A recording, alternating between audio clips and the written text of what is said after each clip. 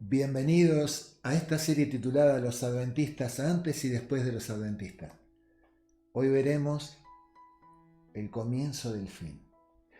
El tiempo pasó y la caída del gran poder imperial romano daba comienzo a una etapa muy larga de la historia humana llamada Edad Media. La Edad Media duró desde el 476 después de Cristo hasta el 1453, delimitada por las dos caídas del Imperio Romano. Es llamada la Edad Oscura. A la caída del Imperio Romano de Occidente, la parte inferior de las piernas de hierro de la estatua Babilonia, se dejó de comerciar, las obras públicas se paralizaron, el aparato administrativo gigante se deshizo y lejos de progresar, se involucionó socialmente. La caída del gran poder decantó en otros más pequeños, que al pasar los siglos formaron ducados, marcas y condados. Eran territorios poblados por plebeyos al servicio de un señor feudal que a cambio de la producción y sostenimiento del castillo los protegía. Estos fueron sometiéndose unos a otros, proceso que dio como resultado la formación de los reinos medievales, base de los actuales estados europeos, quienes están identificados con los pies de barro y hierro de la imagen profética. El ser humano seguía torciendo la noción del espiritual, porque la causa principal de que surgiera con tanta fuerza el absolutismo y los sistemas monárquicos fue que el poder que detentaban los reyes se debía a que muchas veces eran considerados como medio divinos. Un ejemplo fue el rey Luis XIV, el rey Sol, que vivió en la etapa siguiente, la Edad Moderna. Reinó durante 72 años. Durante la larga Edad Media, de casi 1000 años, solo algunas personas del clero tenían acceso a los conocimientos sobre las Sagradas Escrituras. De hecho, durante ese tiempo no hubo ninguna versión bíblica nueva, desde el siglo IV después de Cristo hasta que Erasmo de Rotterdam, 1200 años más tarde, en el 1522, confeccionó un Antiguo Testamento, comparando la Vulgata latina que había hecho Jerónimo en el 382 a pedido de la Iglesia. Erasmo, que se negaba a ser protestante, hizo mucho daño al sistema de engaños que la religión dominante ejercía con éxito desde hacía tanto tiempo. ¿Por qué cuento esto? Porque la imprenta se había inventado hace unos 70 años, en el 1450, por Gutenberg, y ahora la gente tenía acceso un poco más fácil para comparar los errores en que Jerónimo había incurrido. También en 1522, y usando como base el trabajo de Erasmo, Lutero traduce los textos al alemán, permitiendo que la gente común comience a acceder a la Biblia. Desde 1569 hasta 1602, Cipriano de Valera completa una versión de Casiodoro de Reina, dando origen a nuestra conocida y muy usada versión Reina Valera, que ya lleva varias revisiones. La última es del 2011. Mientras esto sucedía, Londres se incendiaba en 1666. Se destruyeron más de 13.000 casas, casi 90 iglesias, parroquias, una catedral, y fueron afectados 70.000 de los 80.000 habitantes que había. En lo que se cree que fue el disparador que aguzó la imaginación del ser humano para salir de la manera básica de vida que se sostuvo durante la Edad Media para avanzar en cambios tecnológicos surgidos un siglo más tarde. No debería sorprendernos saber que ese resurgir del conocimiento de la palabra de Dios que hemos citado tuvo como consecuencia una mejora en las condiciones de vida del ser humano en un periodo llamado Renacimiento. Esto fue un amplio movimiento cultural que se produjo en Europa occidental durante los siglos XV y XVI. Fue fruto de la difusión de las ideas del humanismo, que determinaron una nueva concepción del hombre y del mundo. En el último tercio del siglo XVIII, alrededor de 1770, comenzó gradualmente un cambio radical en las maneras de producir alimentos y fabricar bienes. Esto se conoce como la primera revolución industrial. Se inventó la máquina de vapor, lo que permitió la creación del ferrocarril y los buques impulsados por enormes ruedas de palas. La gente comenzó a irse del campo a la ciudad a trabajar en las fábricas y se comenzaron a diferenciar dos grandes clases sociales. Los burgueses, dueños de los medios de producción, y los proletarios, que solo tenían para ofrecer la fuerza de su cuerpo. La tecnología comenzó a evolucionar a pasos gigantes. El carbón se usaba en cantidades enormes para proveer energía.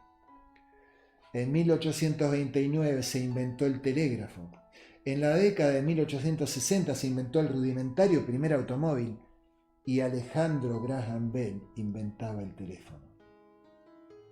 El sentimiento de euforia era generalizado y el hombre, aunque con más confort que en la Edad Media, se alejaba de su creador, porque encontraban impulso a los movimientos humanista e iluminista dando causa a lo que se llamó la Edad de la Razón en el siglo XVII y la Ilustración, iluminismo o siglo de las luces en el siglo XVIII, que empoderaba la razón sobre la fe y la religión, y se promulgó que era el instrumento más importante para llegar al conocimiento.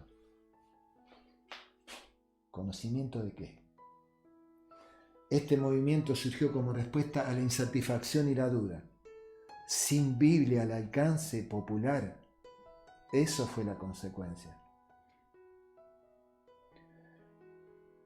La Capilla Sixtina, construida por Sixto IV en 1463, cerca de la Basílica de San Pedro, es donde se reúnen los cardenales para elegir un nuevo papa. Hay magníficas pinturas de personajes del Antiguo y del Nuevo Testamento. Miguel Ángel pintó a Daniel en el techo a comienzos del siglo XVI, sin imaginarse que una de sus profecías se cumpliría menos de 300 años más tarde. Daniel en su capítulo 7 revela que 3 reinos se opondrían a la ascensión al poder del cuerno pequeño emergido del Cuarto Imperio, Roma.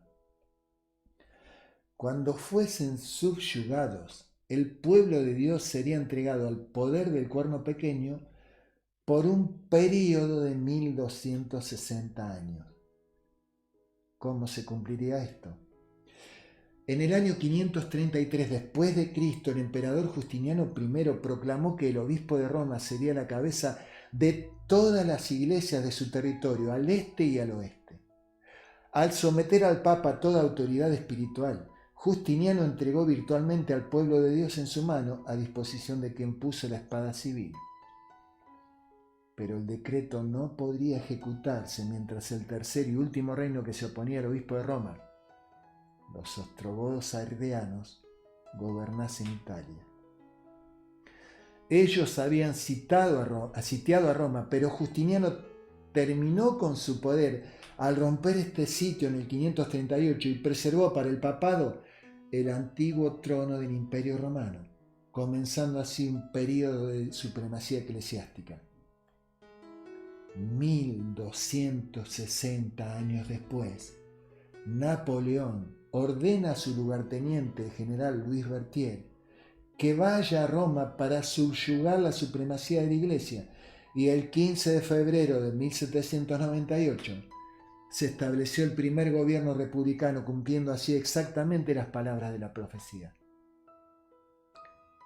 Pero más de 100 años antes, algunos catedráticos universitarios habían empezado a darle crédito a la profecía de los 1260 días, y alguno hasta le acertó cuando sus estudios de la historia de ese momento le indicaban que Francia era el estado donde más probablemente tendría lugar el fin de esta profecía.